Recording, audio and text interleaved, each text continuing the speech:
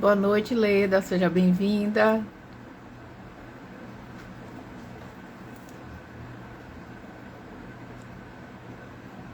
Boa noite, Consa, como tá você? Seja bem-vinda, meu amor. Oi, mãezinha, boa noite, seja bem-vinda.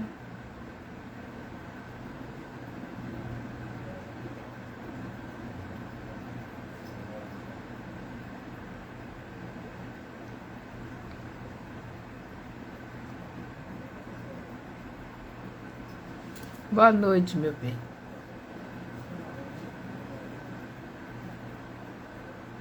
Boa noite, Fernando. Bom lhe ter por aqui, seja bem-vindo, viu?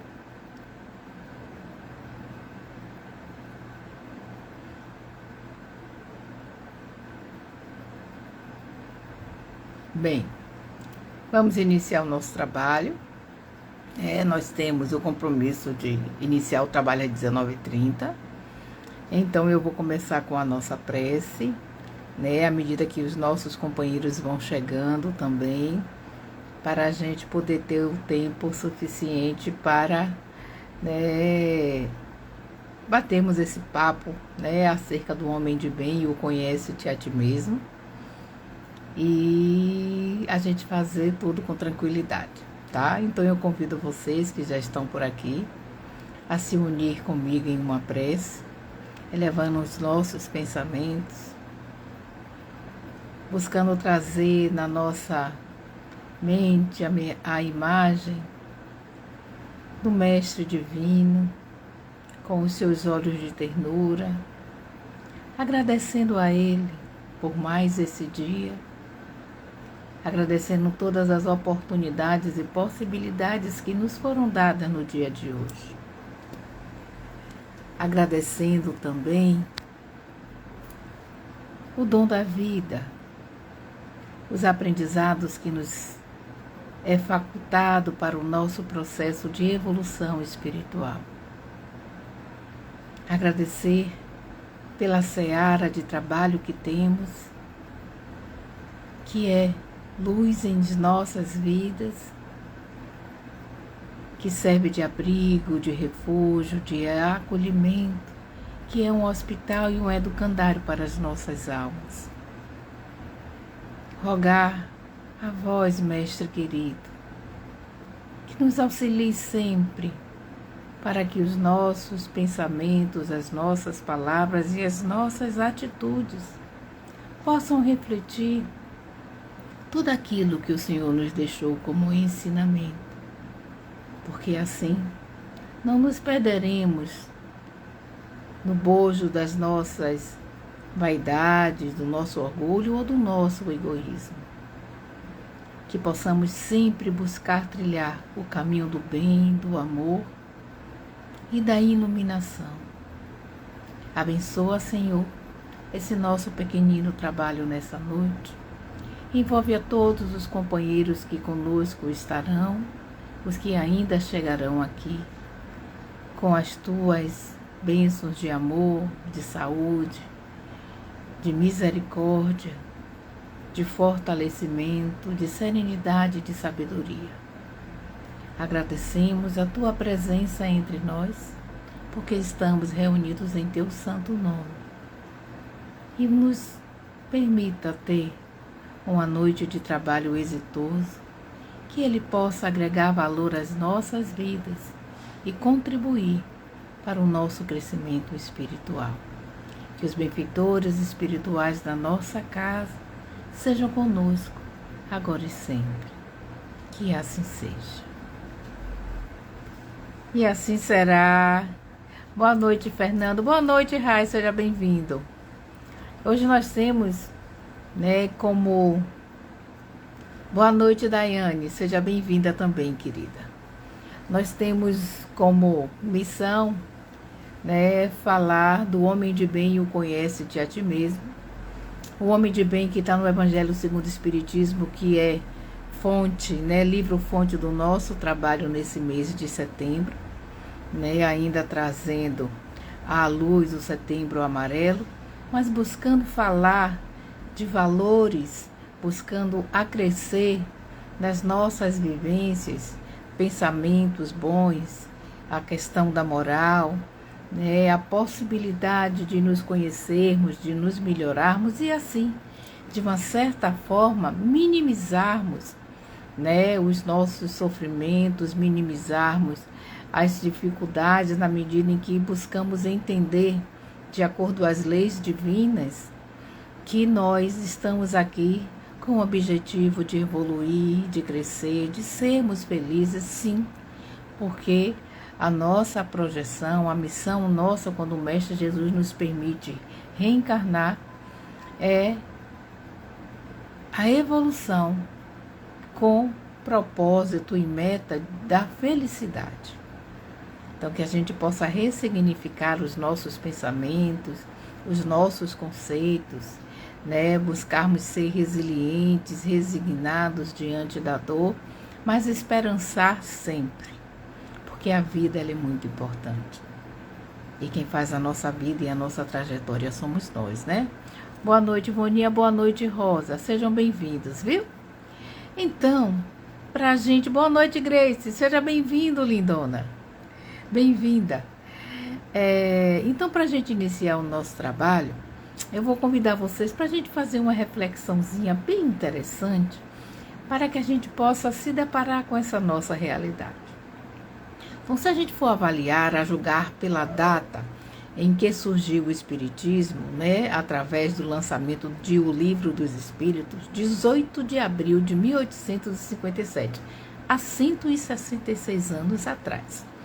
Então, a gente vai ver que muito de nós, como espíritos nessa nossa jornada evolutiva, somos os primeiros espíritos espíritas, né?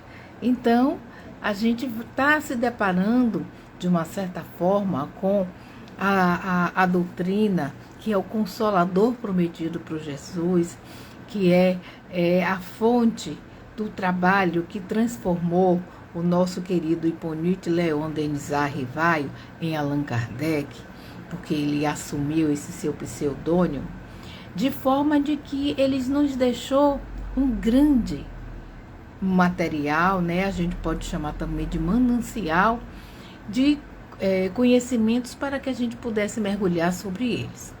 Mas enquanto, né, espíritas ou estudiosos da doutrina espírita, conhecedores dessa verdade, como o Cristo nos deixou, que seria o portal da nossa libertação, isso nos confere, de uma certa forma, uma responsabilidade muito grande. Não é verdade? Porque os ensinamentos da doutrina espírita, né, de acordo com o que o Mestre nos ensinou, são claros no que dizem respeito à nossa conduta ética e moral. Já pensaram nisso? Então, isso deve sempre nortear, né, as nossas vivências, as nossas posições, palavras, pensamentos, atos, porque é tudo aquilo que o Mestre nos deixou como modelo. Jesus, além de pregar, ele exemplificou. Então a gente deve também seguir o Mestre, trazer ele como modelo nas nossas vivências, nesse sentido, de buscarmos sempre sermos melhores. Ainda mais, né, essa responsabilidade, quando a gente falou, ainda mais que quando essa responsabilidade, ela, para nós espíritas, que tanto lemos, que tanto recebemos, que tanto estudamos, em que, de uma certa forma, ela é sentida também, né, por aqueles que não são espíritas. Quem não já vivenciou alguma situação em que, por uma palavra, por um pensamento, por expor uma atitude, alguma coisa assim, alguém lhe diz, mas você não é espírita? O que denota de que, de uma certa forma, nos nossos ombros recai um peso muito maior. Apesar de sabermos que a nossa meta é a perfeição, nós não somos ainda perfeitos, mas as outras pessoas, principalmente aquelas que não são espíritas, colocam no nosso ombro uma responsabilidade, quase que uma obrigação de sermos perfeitos. Então, a gente, com essa reflexão que eu convidei vocês a fazerem junto comigo, Algumas pessoas acham, né, que nós já devemos ser modelos de perfeição. Mas, se a gente ainda não consegue ser esses modelos de perfeição, a gente deve, no mínimo, tentar ter uma conduta exemplar. Mas por que isso?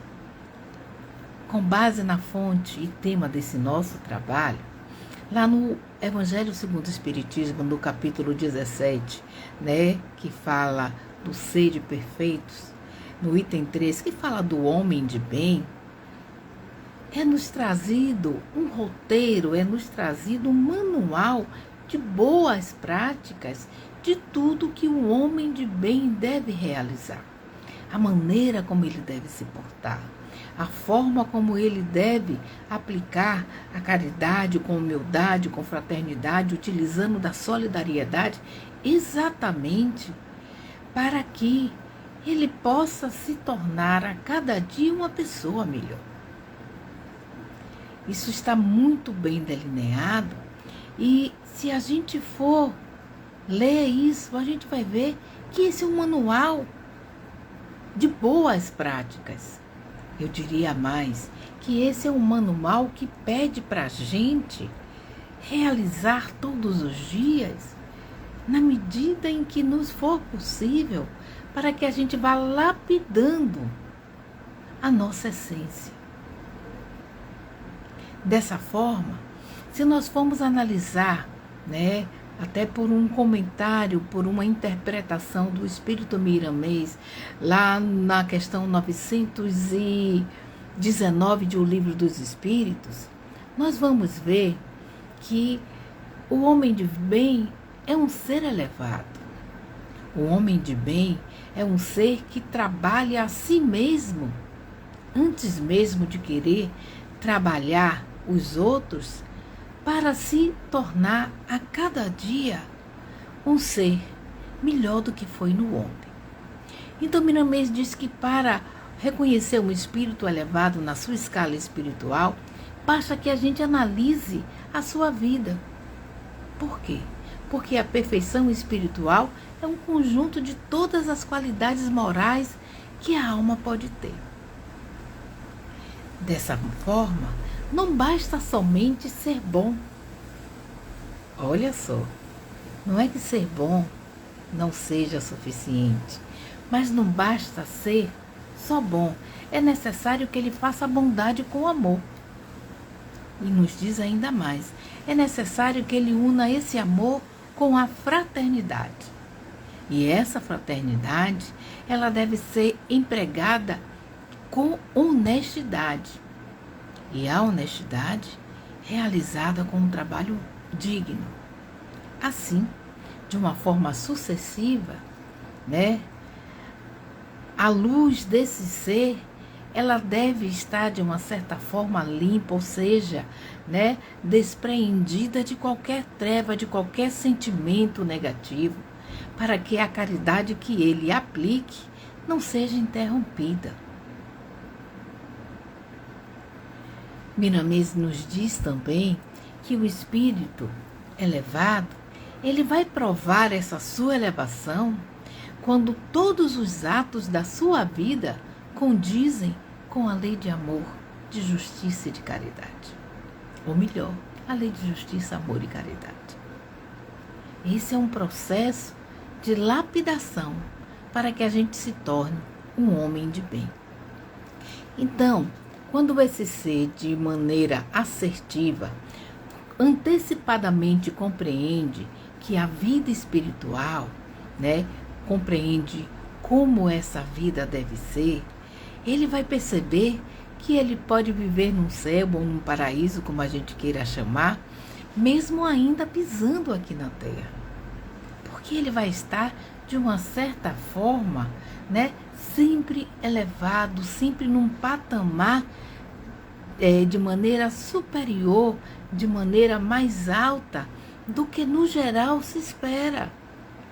Então ele vai viver o paraíso em todo e qualquer lugar onde ele esteja. De uma forma verdadeira, o homem de bem é aquele que vive a lei de amor e de caridade e que ele esteja, de uma certa forma, para vivenciar essa prática, renunciando às coisas supérfluas, aquilo que, de uma certa forma, representa uma fonte de conhecimento. Ele vai estar sempre doando, né, àquele que padece.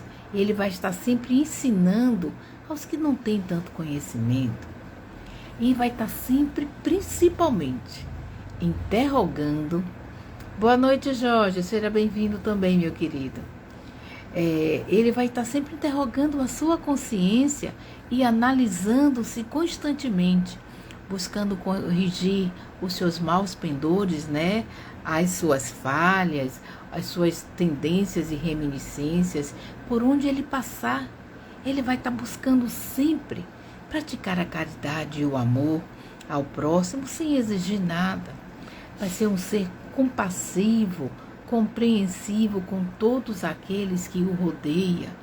E ele vai andar por todos os caminhos de maneira alegre, sem blasfemar nem reclamar de Deus quando é chamado a vivenciar alguma dor ou alguma dificuldade, quando o sofrimento bater à sua porta.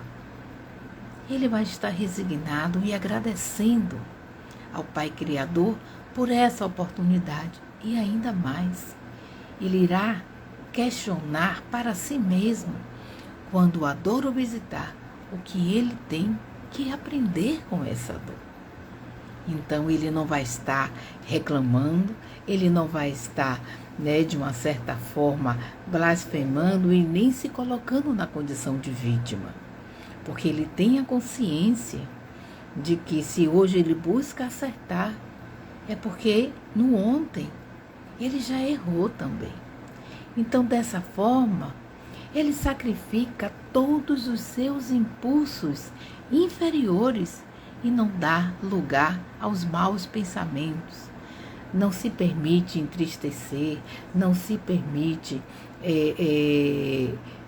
de uma certa maneira, se sentir magoado ou ressentido, dizendo que Deus se esqueceu dele ou coisa parecida. O homem com espírito elevado e que almeja ser um homem de bem, ele vai buscar ver em todos que o rodeiam irmãos de caminhada. Ele vai estar amando a tudo e a todos sem nenhuma distinção, porque verá iguais a ele. E um homem de bem que recebe de certa forma o dom da riqueza, tesouros a utilizar, ele vai entender que aquilo é um empréstimo. Não vai se julgar orgulhoso e dizer que ele tem porque merece, porque é melhor do que fulano nem beltrano. Não. Ele vai entender que Deus o deu para ele fazer um bom uso disso. Então, ele usa como se fosse um empréstimo, sem desperdiçar, sem inferiorizar ninguém, e sempre irá dividir, comungar, repartir com aqueles que necessitam sempre que puder, porque tem noção de que aquilo foi dado para ele para fazer bom uso. Dessa maneira, o homem elevado, o homem de bem com o espírito elevado, ele terá complacência com aqueles que ainda não conseguiram alcançar um patamar de conhecimento, que ainda estão, de certa forma, buscando, no caminho da busca do entendimento. Então, ele vai ter complacência com eles que ainda não compreendem a verdade, que não entendem ainda as leis divinas, E vai se esforçar sempre no trabalho para auxiliar e esclarecer aqueles que estão ao seu redor. Irá agir com honestidade e buscando sempre cumprir todos os seus deveres, trazendo para o bojo daqueles que convivem com ele o esclarecimento de forma paciente, de forma tolerante, E buscando auxiliar, exemplificar cada situação para que todos possam compreender da melhor forma. Só lembrando um pouco, não foi assim que Jesus agiu quando por aqui passou? Não teve a paciência de entender que nem todos aqueles que naquela época o buscaram tinham a capacidade de entender de maneira clara tudo aquilo que ele disse? Não foi assim que, através de um esforço, Jesus buscou trazer o conhecimento de maneira, figurada, da maneira alegórica, trazendo as parábolas na sua psicopedagogia, para que todos tivessem a condição de reter mais para aprender melhor? Olha o exemplo, né? Então, amores, o espírito elevado que busca trabalhar em si para ser um homem de bem, não vai trabalhar com sentimentos menores, ele vai ignorar a vingança e vai buscar sempre perdoar no exercício do amor, fazendo assim do perdão uma modalidade também de amar e fazendo da fraternidade um meio de aproximação para todas as criaturas. Eu acho muito bonito quando a gente fala do homem de bem, porque de certa forma nos dá a vontade de internalizar tudo isso para podermos sermos esse ser, porque com certeza todos nós queremos a cada dia sermos melhores do que já fomos, né? E sabemos que esse trabalho é um trabalho difícil às vezes, um trabalho árduo, mas que a gente está no caminho, né? Então a gente não deve se esquecer jamais que esse ser elevado, ele deve sempre ativar a vida com a alegria em toda a parte e também exemplificando tudo, trazendo o modelo, a perfeição do Mestre Jesus, porque esse é um modelo de perfeição que a gente nunca erra quando cita. E ele vai sempre mostrar Deus, a bondade, a justiça, o amor, a benevolência de maneira pura, porque Deus é tudo isso. E era assim que o Mestre Jesus falava, quando ele sinalizava que ele e o Pai eram um, e ele se dizia que estava contido no Pai, e ele era o exemplo do amor do Pai. O homem de bem também não deve esquecer de trazer, quando possível, até aquela citação da mulher adúltera, que trouxeram todos os homens, na época trouxeram para Jesus julgar e queriam apedrejá-la porque ela estava errando. E Jesus perguntou, quem não tivesse pecado, que jogasse a primeira pedra.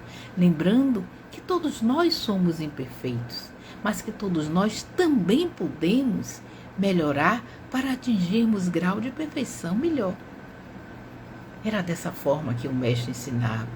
Então, ele trouxe naquele exemplo da mulher adúltera uma passagem em que nenhum de nós deve julgar o outro. E se acharmos que devemos julgar, que a gente lembre que com a mesma medida a gente vai ser julgado.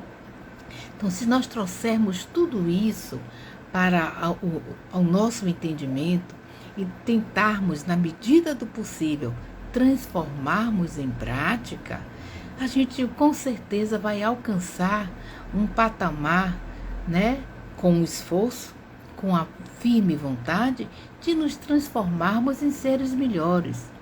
E aí, quem sabe, dessa maneira, nós seremos um homem de bem, inclusive influindo positivamente como exemplo em todos aqueles que nos rodeiam. Já disse um sábio, inclusive, que o melhor exemplo e a melhor caridade que a gente pode dar para aqueles que estão ao nosso redor é o nosso exemplo. E o homem de bem, ele vai buscar fazer amigos em toda parte, por todos os lugares aonde chegar.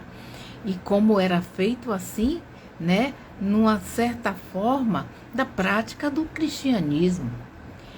Todos eram atenciosos com as crianças, transmitindo a elas a educação e os ensinamentos na medida dos seus entendimentos, né? Buscavam, cada um deles, exemplificar na prática da lei, buscando que cada um entendesse da sua maneira, mas que eles trouxessem nas suas vivências a prática dessas leis divinas. E assim, eles podiam, inclusive, acerenar os pensamentos daqueles que chegavam, sinalizando a dor e o sofrimento, dizendo a eles que acreditassem em Jesus, porque o Mestre, ele pôde, inclusive, acalmar a ventania, como está lá no capítulo 4 de Marcos, né? Se não me engano, o versículo 34 a 39, quando Jesus, estando no barco, os discípulos desesperados, porque, né, tinha uma tempestade, o mar estava revolto, e eles achando, num desespero, que o barco iria virar e todos iam morrer, e Jesus, na exemplificação da sua moral, né, na sua paciência, ele simplesmente disse ao vento: acalma-te e emudece. E assim o vento se aquietou e fez-se, de uma certa forma, uma calmaria. E os discípulos ficaram, de certa forma, assustados, alguns até não acreditaram que aquilo estava acontecendo, mas Jesus tinha essa moral. E ele tinha essa moral porque ele praticava o bem. Ele tinha essa moralidade porque ele tinha autoridade na prática das suas palavras e dos seus atos, exemplificando sempre o amor, o perdão, a paciência, a tolerância. Era indulgente para com todos, compreensivo e, acima de tudo, compassivo com todos que necessitavam. Curava os que buscavam ele. Tinha sempre uma palavra, né, assertiva, porque a sua linguagem era proativa, e ele não deixava ninguém sem respostas. E era assim que o Mestre mostrou para todos nós um exemplo de como sermos homens de bem. E em todos os seus momentos ele se colocava à disposição para ajudar os que precisavam. E dizia para aqueles que o buscavam que, se precisassem dele, né, e se quisessem encontrar ele, que ele estaria sempre junto daqueles que sofriam, daqueles mais simples, dos pobres, dos estropiados, daqueles que eram encarcerados, dos nus, porque ele veio para ajudar a todos aqueles. E às vezes a gente, em um equívoco, acha que é melhor estar perto dos abastados, acha que é muito mais proveitoso caminhar com aqueles que têm, de uma certa forma, uma vivência melhor. Não, o Mestre procurava aqueles a quem ele podia ajudar. E exemplificava que de todos os modelos, bem-aventurados eram aqueles que passavam pelo sofrimento, que padeciam, que passavam por injustiças, porque ele diria para todos que, na sua prática exemplificada do amor, do perdão, do consolo, da sustentação, que ele era o caminho, a verdade e a vida. Então, que a gente traga para dentro do nosso íntimo, no processo, né, de um exemplo melhor para as nossas vivências, todo esse exemplo do homem de bem que está no Evangelho segundo o Espiritismo, lá no capítulo 17, lá no intitulado Sede Perfeitos, porque a gente vai encontrar, quando não soubermos o que fazer, que a gente busque também esse capítulo lá no item 3, porque o Espírito de Verdade traz para a gente tantos exemplos de como atuarmos, de como agirmos, de como pensarmos, de como nos posicionarmos, para que não reste dúvida. Se você quer um amanhã melhor para você, comece hoje a se exercitar, sendo um homem de bem. Mas é fácil falar, não é, Cida? Como eu vou fazer tudo isso? se eu tenho diversas dificuldades, se minha vida é de sofrimento, se aqueles que estão ao meu redor também passam por isso, se hoje o mundo não está fácil e a gente só vive situações difíceis, né, a nível material, a nível espiritual, a nível moral, a gente não deve se esquecer, primeiramente, que nada está perdido, que tudo continua como sempre esteve, sob a tutela e o governo do Mestre Jesus. Mas aí entra uma outra parte que a gente precisa despertar. A primeira medida para que a gente possa trabalhar o nosso íntimo e conseguirmos ir aos poucos nos transformando nesse processo, lapidando o nosso interior para sermos homens de bem, é avaliarmos a nós mesmos, é conhecermos a nós mesmos, porque é fácil muitas vezes a gente falar do outro, julgar o outro, apontar o outro, é fácil. Mas quando se trata de nós, é muito mais difícil. Vamos convir de que realmente é algo muito mais duro. Mas a importância de nós conhecermos a nós mesmos vem sendo transmitida aos homens por filósofos, gente, e pensadores muito antes do próprio Cristo pisar na Terra. Lá no século IV a.C., já existia uma mensagem gravada, né, que se encontrava gravada no pórtico da entrada de do templo do deus Apolo, que ficava lá na cidade de Delfos, na Grécia Antiga, que nesse pórtico, na entrada desse templo, estava escrito lá: conhece-te a ti mesmo. Então, a importância de nos conhecermos, da gente avaliar a nós mesmos, ela vem de muito tempo. Então, com esse trabalho, né, que a equipe doutrinária do CETRASC traz, eles nos trazem maneiras simples, mas... Boa noite, Régia. Boa noite, Gil. Sejam bem-vindas, amores. Então, eles trazem para nós mecanismos de autopercepção para nos ajudar nos momentos, principalmente de dificuldade. É fato, tá, que nós temos muitas dificuldades hoje em dia, enquanto seres imperfeitos, enquanto ainda espíritos caminhando pelo mundo de provas e expiações.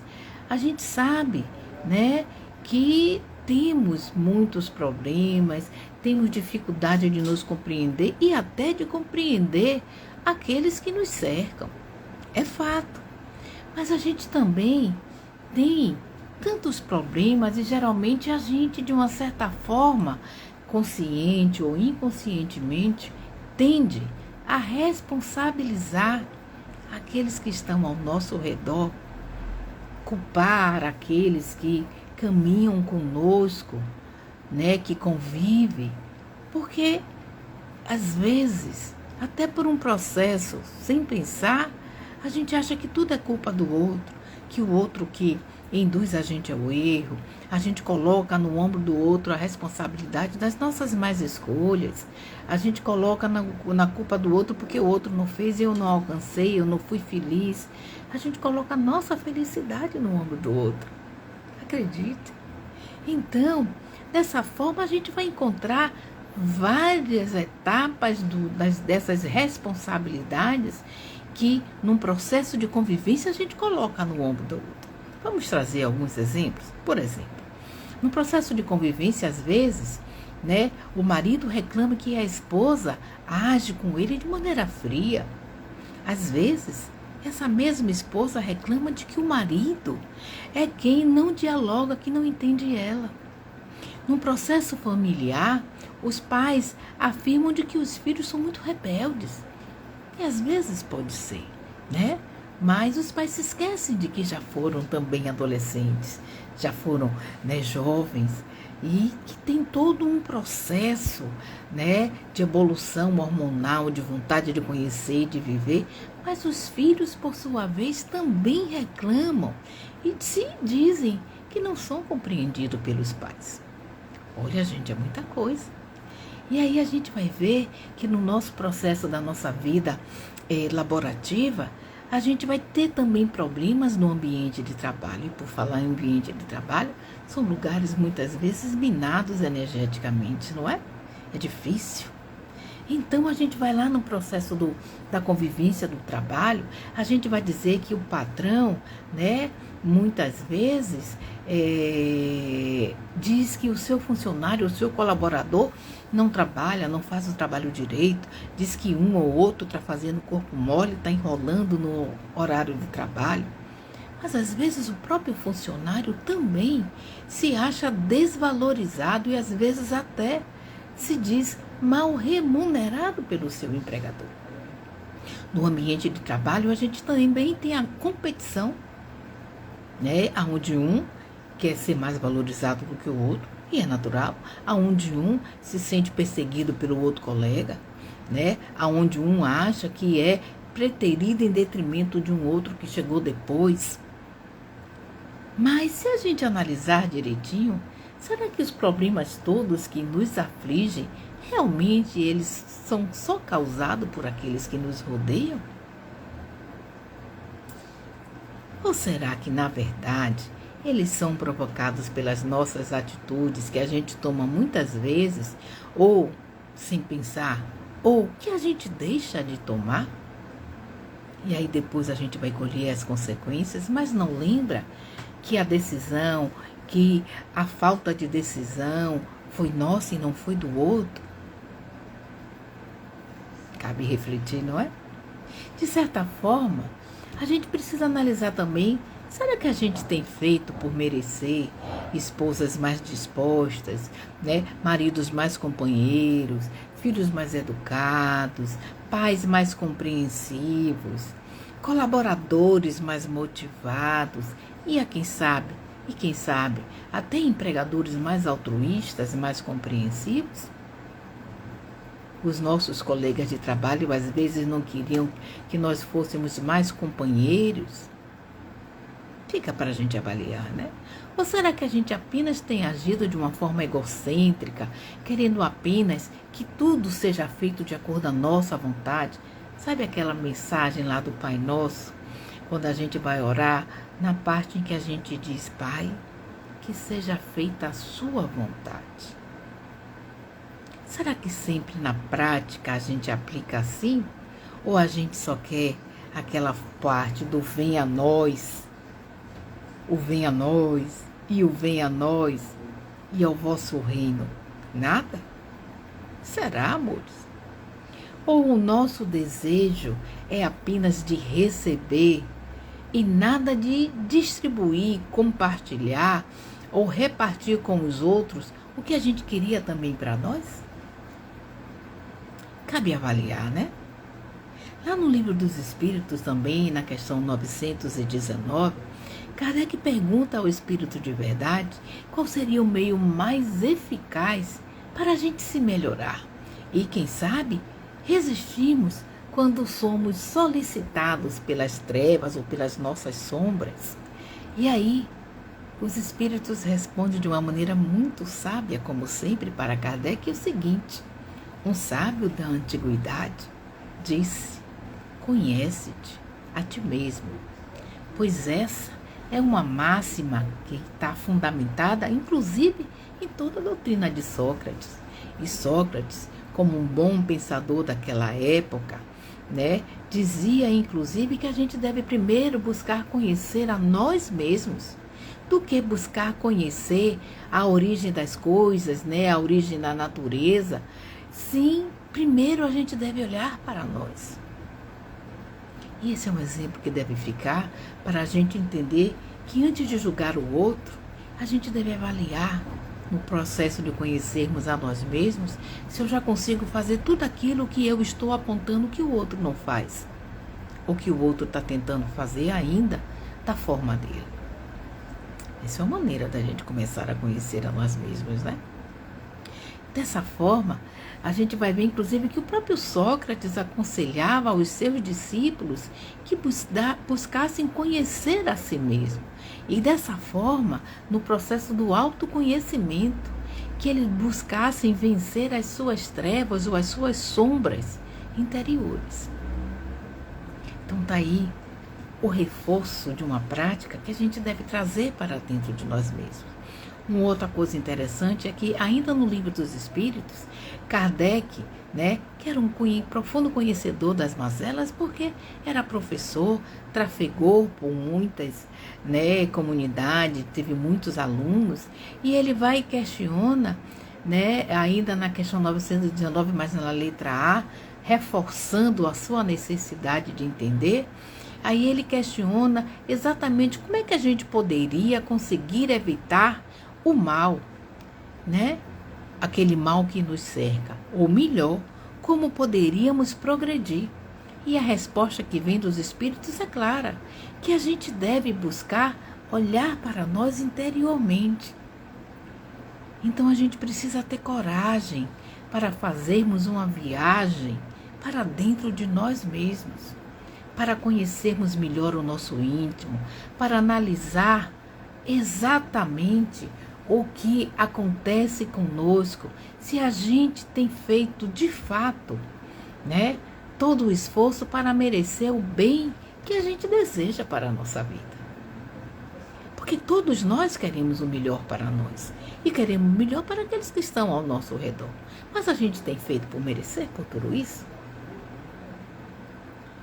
E que nessa análise que a gente vai fazer, que sejamos verdadeiros e transparentes conosco mesmo, que a gente possa, inclusive, analisar, se na nossa caminhada a gente, está dando os passos que precisa, se a gente não se deixa, às vezes, cair, em reminiscências, em tendências passadas, se a gente não se acha às vezes melhores do que os outros, se a gente não se coloca num papel de vez em quando de vítimas de tudo que acontece, porque o outro é sempre o culpado. Porque nós somos grandes juízes dos outros. A gente aponta, às vezes a gente não só critica, mas a gente julga e sentencia. Mas quando se trata de nós, para que a gente possa avaliar as nossas imperfeições, como é que a gente está fazendo isso? Será que a gente está sendo transparente? Ou será que consciente ou inconscientemente a gente está pegando as nossas imperfeições, as nossas dificuldades, colocando por debaixo do tapete para deixar isso lá para frente? Não quero trabalhar isso aí agora, porque se eu for fazer isso, eu vou me entristecer. O Espiritismo reforça, meus amores, com veemência a importância do autoconhecimento. E se vocês avaliarem, a gente vem falando muito sobre se autoconhecer nos últimos anos. Essa é a importância, porque só a partir daí a gente vai conseguir identificar, quem de fato nós somos, conhecermos quais são as nossas dificuldades, às vezes até tirar a máscara. A gente não deve trabalhar somente colocando eu sou bonzinho, eu sou perfeito, eu sou paciente dentro do centro espírita, mas fora eu não sou. Dentro da minha casa eu sou uma coisa, no meu trabalho eu sou outra. Não. Nós somos uma pessoa só, um espírito só, eternos, mas a essência nossa é uma só. Então esse é um trabalho que a gente deve fazer diariamente conosco.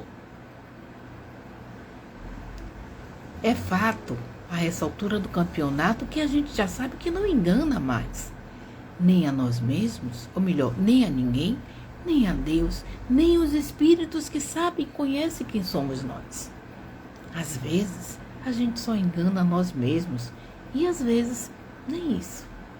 Então, precisamos deixar, de lado essa coisa do empurrar para amanhã, mergulhar com seriedade, com firmeza para conhecer as nossas imperfeições, trabalhar para identificar também que além de defeitos eu tenho virtudes, potencializar elas, identificar que eu sou dotado de muitos talentos.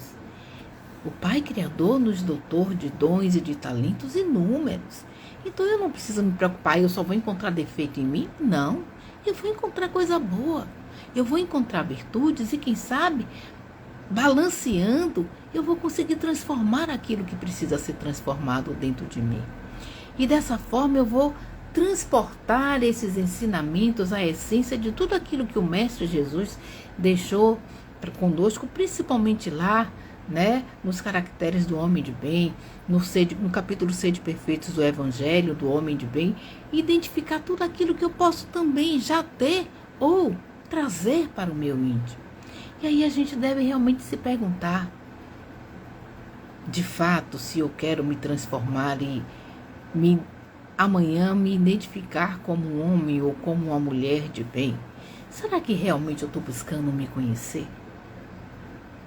Será que eu estou utilizando o autoconhecimento como meta para atingir o meu crescimento espiritual?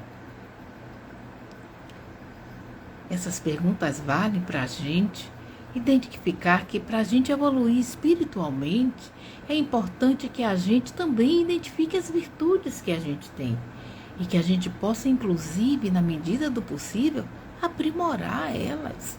Sim, porque a gente pode. E dessa forma a gente vai eliminando as nossas más tendências.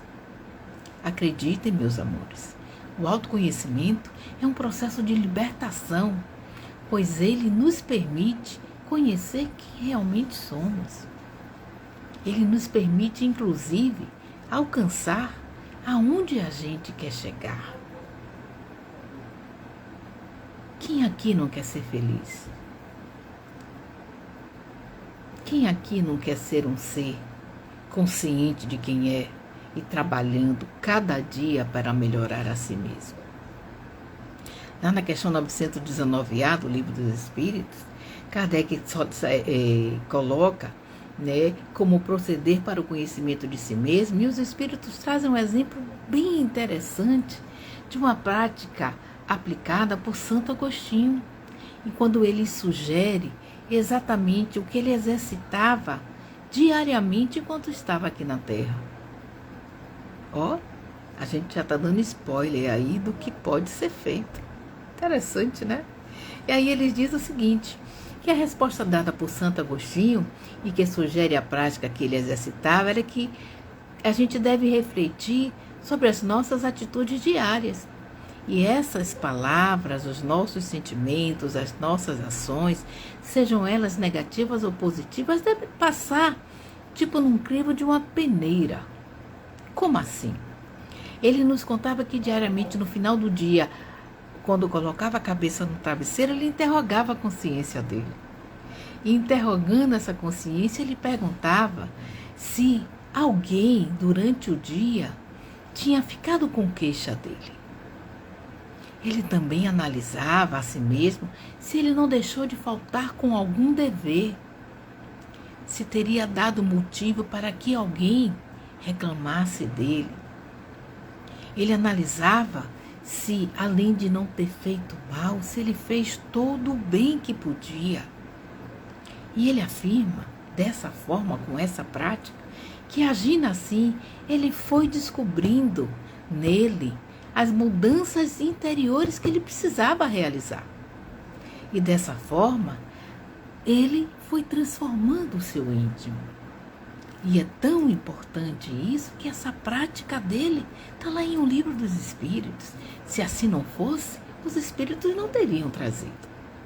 Então, amores, nós temos o livre-arbítrio, sim, de mudarmos quem somos para nos tornarmos quem queremos ser. Daí a gente pode rever as nossas atitudes diárias, daí a gente pode questionar a razão de agirmos de formas determinadas e trazer algo que possa nos auxiliar a compreender melhor a nossa personalidade. Porque às vezes é complexo a gente entender a nós mesmos. E se a gente não conseguir fazer isso sozinho, que a gente busque ajuda, mas que a gente não se acomode em não fazer. Entender a nossa consciência, identificar os nossos desejos, entender os nossos limites, perceber os nossos erros, aceitar-nos como somos é importante. Reparar, né, aquilo que a gente acha que pode de maneira humilde, verdadeira, é de suma importância também. Mas a gente deve fazer isso de forma resiliente, de forma assertiva, não se culpando, mas trabalhando o alto amor. Se eu encontrar algo que eu fiz errado, que eu trabalhe o alto perdão, que eu busque me compreender, que naquele momento em que eu tomei determinada posição ou tomei determinado posicionamento ou atitude, era o que eu podia fazer de melhor naquele período. Mas eu ainda posso mudar a mim para evitar de fazer lá na frente ou de repetir. E se porventura eu repetir algo que eu já não gostaria de repetir, que eu seja compreensiva comigo mesmo e dizer, poxa, eu ainda sou imperfeito, eu estou no caminho, mas eu vou tentar, vou me levantar, não vou ficar no chão porque eu fracassei, eu vou continuar a tentar para me tornar, né? Se eu não conseguir hoje, eu posso conseguir amanhã.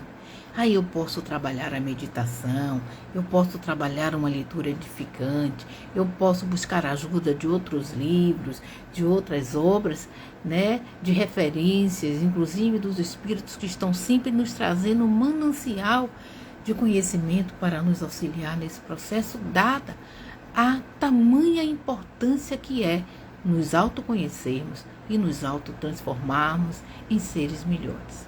Então daí a gente fica entendendo que se tornar um homem de bem é necessário, mas eu só vou fazer isso e me permitir se eu trabalhar o meu íntimo, buscando conhecer a mim, me transformando, né? Trabalhando, me burilando, me lapidando para ser quem de fato eu quero ser. Então, a partir do momento em que realmente a gente identifica e sabe quem somos, como reagimos, nós nos tornamos capazes de lidar com os nossos sentimentos negativos, com as nossas emoções, sem deixar que elas nos controlem. Porque muitas vezes o que acontece é isso. Nós somos controlados pelas nossas emoções. E aí a gente se perde. Então a gente precisa identificar alguns pontos que possam nos ajudar a trabalhar a nossa humildade. Porque sem humildade a gente não vai construir as virtudes, né, que a gente não tem. Sem humildade a gente vai querer dizer e estampar que somos aquilo que nós não somos, porque o orgulho e a vaidade vai estar trabalhando na gente.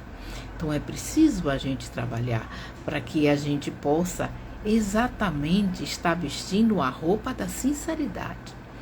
É importante que sejamos humildes para com nós mesmos e daí que ela seja sincera para que a gente não ache que está enganando o outro. Reconhecendo que eu não posso enganar mais a mim mesmo. Que eu possa trabalhar essa humildade dentro de mim na necessidade de poder me conhecer. E se for difícil, que eu ore a Jesus pedindo ajuda na conquista dessa humildade. Porque daí eu sei que eu vou conseguir.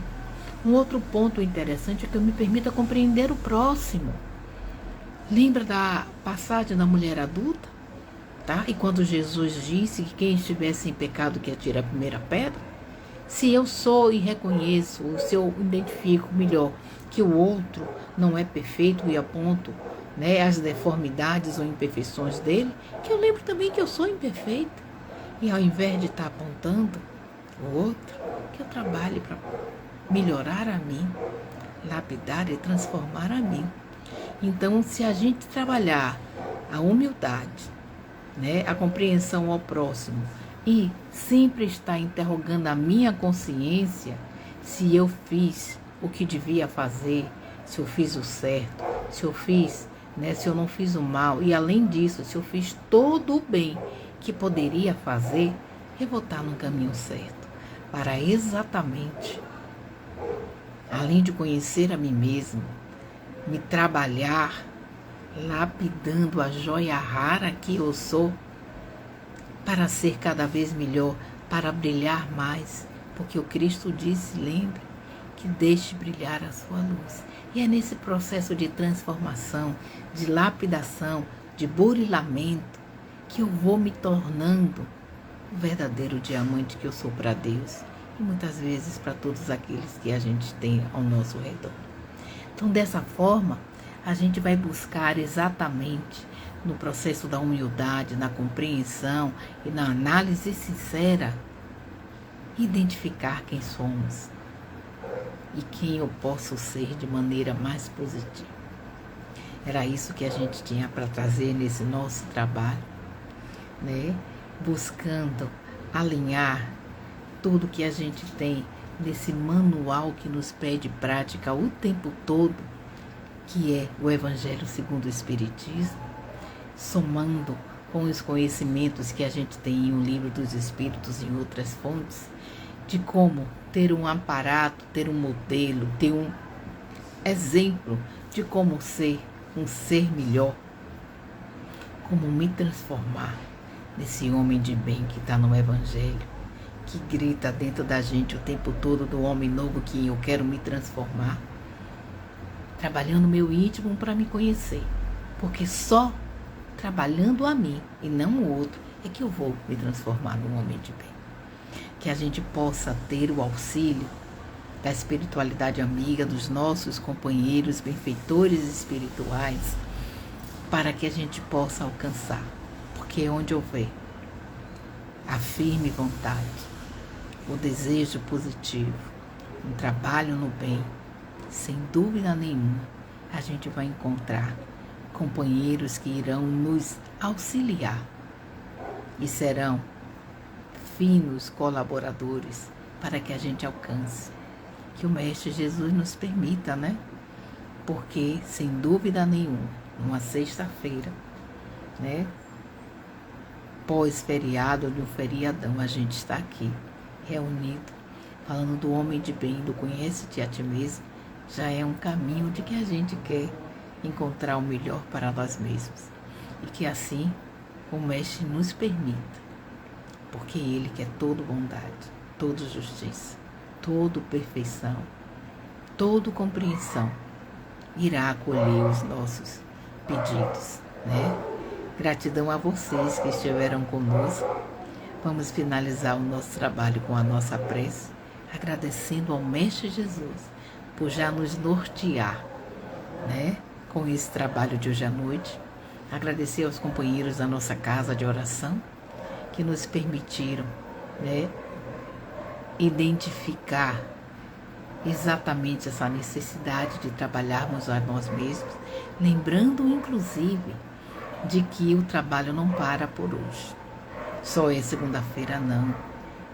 Amanhã a gente tem um seminário que vai poder ajudar ainda mais a expandir as nossas consciências. Amanhã a gente tem seminário no CETRASC de tarde, das 14 às 17h30. O seminário dos planos Minha Vida, que vai nos ajudar com 3 pessoas de vasto conhecimento, de um cabedal muito grande, Elmo Costa, Cláudia Manuel Abdala e Nadijane Azevedo, que irão nos ajudar a visualizar, né, essa bandeira dos 2 planos e que nós somos os mesmos, para que a gente possa ainda mais entender a importância de conhecermos a nós mesmos, de vislumbrarmos a vida no mundo espiritual, porque quando a gente sai daqui e vamos para lá, nós não nos transformamos apenas porque fazemos a passagem, nós seremos os mesmos lá. Mas quem eu quero ser lá? Para isso, eu preciso trabalhar em mim aqui, tá? Espero vocês amanhã de tarde, às 14 horas, no CETRASC. Se possível, chegue um pouquinho antes, para poder checar a sua inscrição, deixar a sua doação. Nós estamos fazendo um trabalho junto com o Campo da Paz de Cláudia Manuel Abdala, uma instituição que acolhe crianças, né, com portadores de deficiências e em condição, né, que necessita desse nosso apoio. Vocês irão encontrar com outros companheiros e nós estaremos juntos nesse processo. Amanhã, 14 horas, às 17h30, seminário 2 Planos Minha Vida. Espero vocês lá. Que o Mestre Jesus nos abençoe. Então vamos para a nossa oração. E agradeço a vocês que estão conosco aqui. Vamos orar? Que a gente possa agradecendo à espiritualidade amiga, aos benfeitores espirituais da nossa casa de oração, aos mentores que se encontram nos nossos lares, aos nossos anjos guardiões, por estarmos reunidos aqui hoje. Lhe pedimos, Senhor, que nos ajude e nos auxilie no processo de nos tornarmos seres melhores, que ilumine a nossa caminhada, para que nela possamos encontrar todas as ferramentas necessárias para nos tornarmos verdadeiros homens de bem. Que o Evangelho segundo o Espiritismo, que é o nosso manual de práticas, possa ser sempre o nosso livro de cabeceira e que sejamos sempre intuídos a trilhar o caminho do amor, da caridade, da humildade, da compreensão, da paciência, da tolerância e da indulgência, porque assim, no exercício da fé, da benevolência, poderemos trilhar caminhos floridos rumo à evolução espiritual. Que na nossa caminhada, mestre e amigo, seja sempre a tua mão a nos amparar, seja sempre os teus pés a nos mostrar o caminho, e seja sempre a vossa presença, o farol que irá iluminar a nossa caminhada. Gratidão por essa noite de trabalho. Gratidão por cada companheiro e companheira aqui presente. Gratidão, Senhor, por cada lar aqui representado. Que as tuas bênçãos sejam derramadas sobre todos eles. Que o teu amor, que a tua paz encontre guarida verdadeira nas nossas mentes e nos nossos corações. E derrama, Senhor, as tuas dúlcidas bênçãos de misericórdia, de amor e de paz sobre a nossa comunidade do IAPI e todas as outras que passam pela insegurança, pela violência, pelo trabalho que necessita de vibração.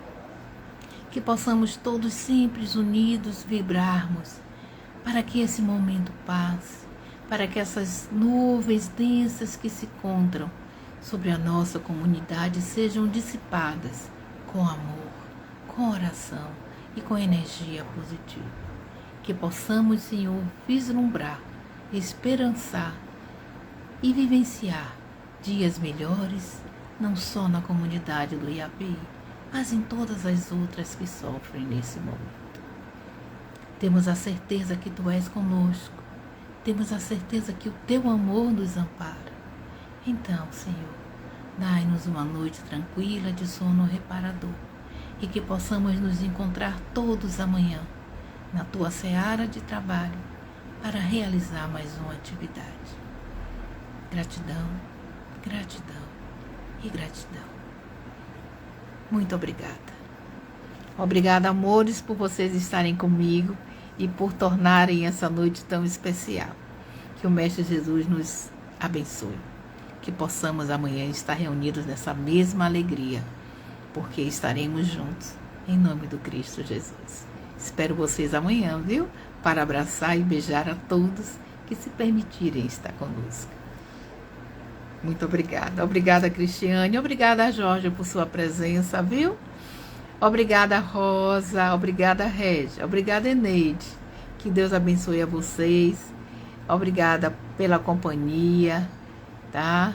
E que amanhã tenhamos uma tarde de muito aprendizado. Boa noite a todos vocês, viu? Gratidão.